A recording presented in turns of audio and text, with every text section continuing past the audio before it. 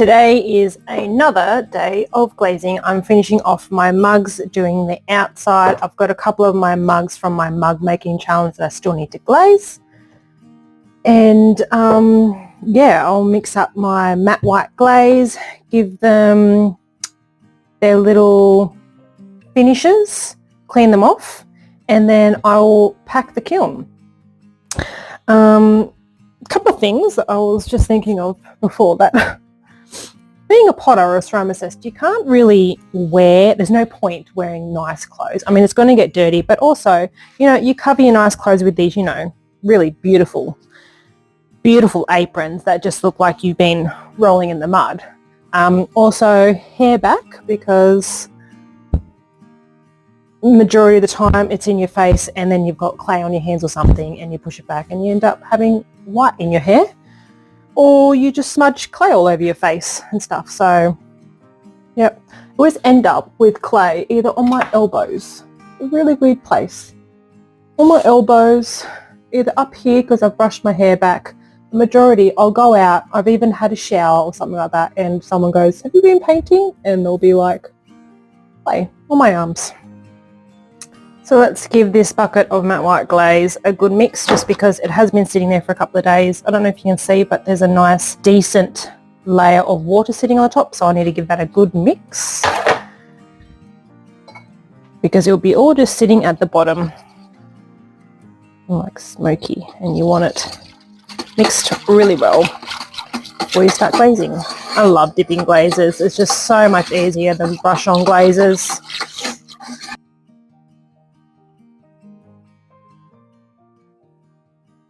The glaze is just sticking so much better now that I've let them dry for that 24 hours after I glaze the inside.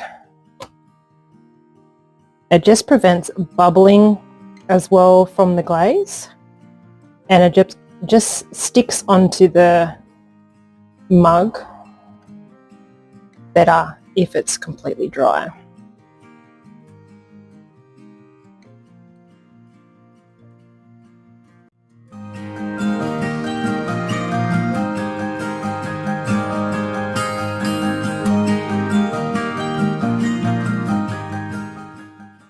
Today I'm going to try out a new glaze. I have tested it before, but a really long time ago. It's been sitting on my shelf, probably for the last 2 years. Again, I can't remember what it looks like. There's my neighbours beeping.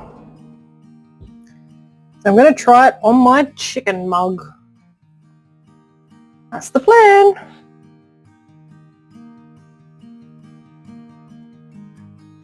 One of my daughters is getting this chicken mug. That's what they asked for. And I was doing my mug making challenge. They said, "Can you do me a chicken mug?" This was like when we got our chickens.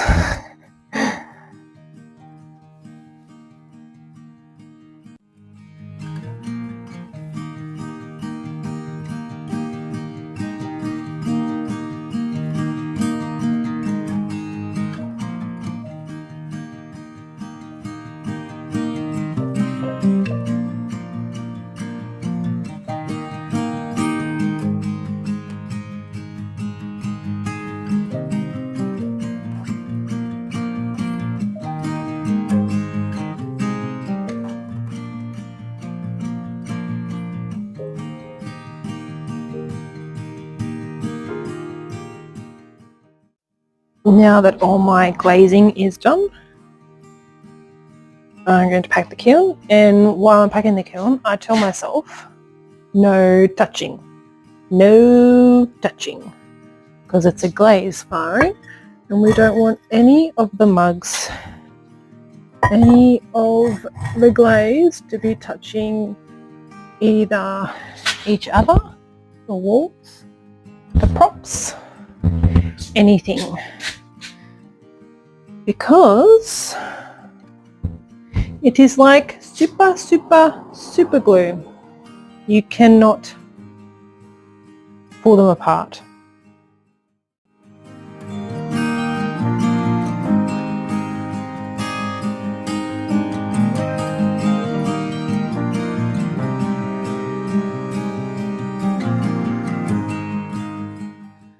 Alright, let me show you how it's going so far. Are any stuck to one another? Let's see. Can you see any? Oh, I can't see any. That's what we want them looking like. Alright, I apologise for my mic. It was bumping into my shirt.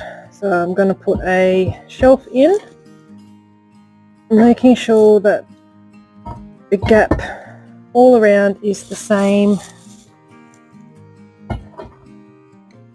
width. Make sure front, back and sides, and go back a little bit more. Making sure everything is on there. Why are you wobbly? A prop. Better? Why are you bring you forward? A little bit. There we go. Yep, so the gap on this side, I'm going to move that across just a little bit.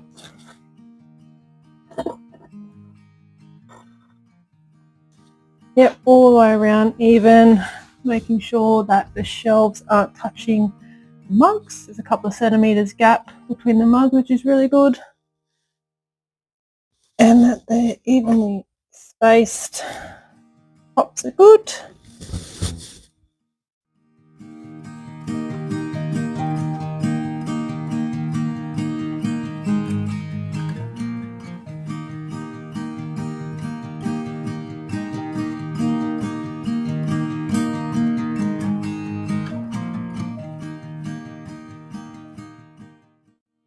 I'm also going to make my own clear glaze today. I've made this clear glaze when I was at uni.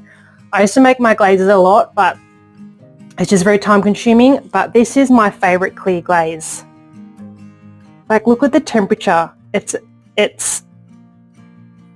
called Leach's clear glaze. I know heaps of people use it, but I'm going to attempt to make it again. It's been a really long time, so let's see how we go. I've got already the raw materials there. Had to buy a couple of extra things, and I'm also going to try this clear glaze as well. I know that this one here is really good for when you want to add your stains and oxides and everything for colouring. So I'm going to try to make a small batch, test it out, and see how we go. Glazing, you'll need a mask, your little testing bucket or cup, whatever you want to mix it in. 2 measuring, so this one is going to go on my scales, which you'll need as well. And then another cup for me to grab my dry weight, my raw weight, and put it in there. And also your recipe. So first things first, mask on. Very, very important.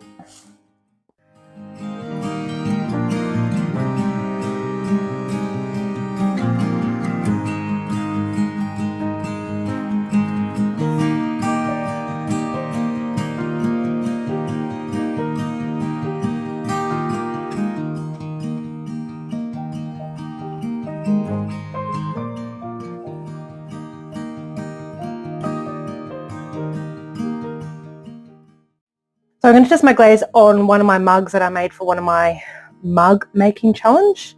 I'm going to do the inside first. I'm using this as a dipping glaze. Only for a pour. And then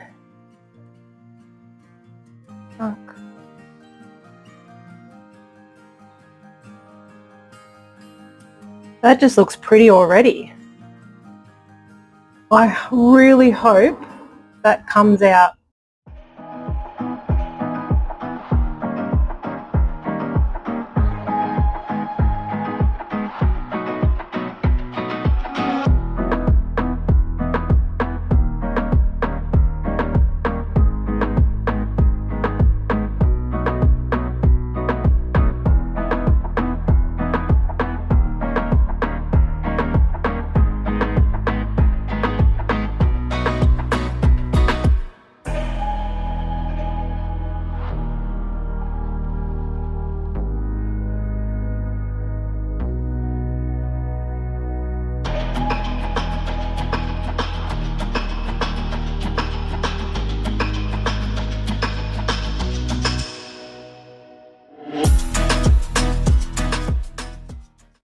So I'm here today at the Abermain Hotel in Abermain. I've just set up for a macrame workshop. It's a hens party. There's about 13 people coming. They've all picked some really lovely colours.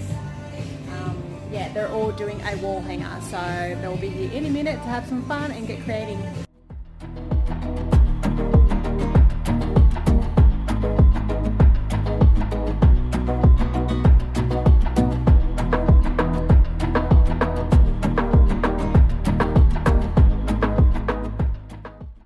All right, come on, unpack the kiln with me. This is a glaze firing, so I went up to 1200 degrees. My dog's just there, you can probably hear him huffing and puffing. But I was a bit shocked opening them. I was happy with some of the results and not so happy with one of them, especially my new glaze that I was testing. Do need to make some adjustments. I love the colour of it and how it's not too glossy, but it's not a matte, so it ran in the middle. You probably can't see it, but just need to make some adjustments with it, but I am liking where it's going. In the kiln I have a mixture of, I've got half of my mugs from my Mugs for March challenge, and then the other half is from a mug making workshop that I ran last month. So I've got my bunny mug here. It's got a nice clear glaze on it. This is your clay that I get from Keen Ceramics in Australia. It's white speckled mid-fire glaze. So I'm really happy with that. I think one of my girls might have that one.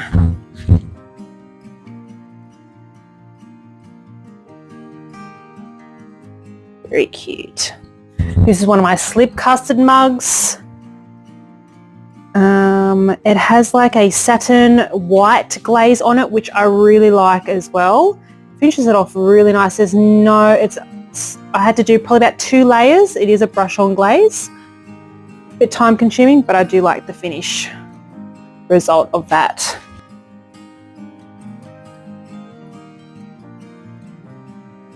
I put 2 little trinket trays in here, mainly testing out another brush on glaze. It's a satin white one, and I actually really like the finished look on them. You can see I've got a little one there. I might use it as a spoon holder and give my daughters one of those ones. Oh, I got my chicken mug. This is the same clay and glaze that I used for my bunny mug. Really happy with that one. He's cute. One of my girls can have that one. Another one here. So I used a matte white glaze on the inside and just a little bit on the edge on the top. And then this is your speckled white glaze. So that's not speckled white clay, which is not glaze, but it has a really nice finish. This is another mug from my Mugs for March challenge. It didn't quite glaze here, as you can see. Didn't quite reach, and a couple of little pinholes here. But still happy. I like the shape of that. I'll have to practice doing that shape a bit more, I reckon. Alright, so now I've got some mugs from my mug making workshop.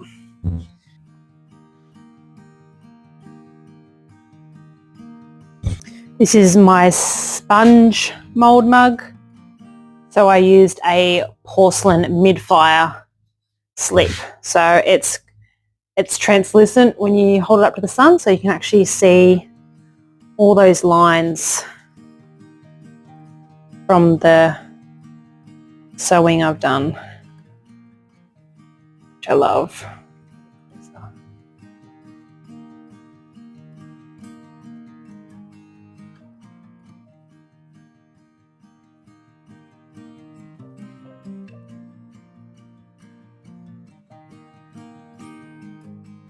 My sponge ones, I love these shapes. Again, you can really see through them once you hold them up to the light. With just the patterns on them and that as well from the sponges. Pretty cool.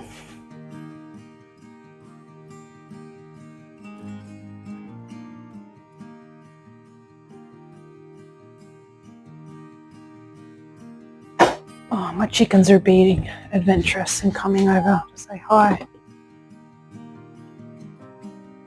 Hello, girls.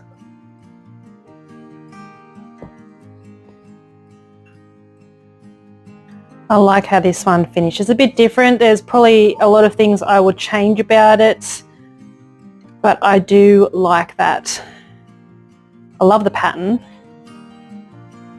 Probably do the handle a little bit bigger and the inside probably not as thick.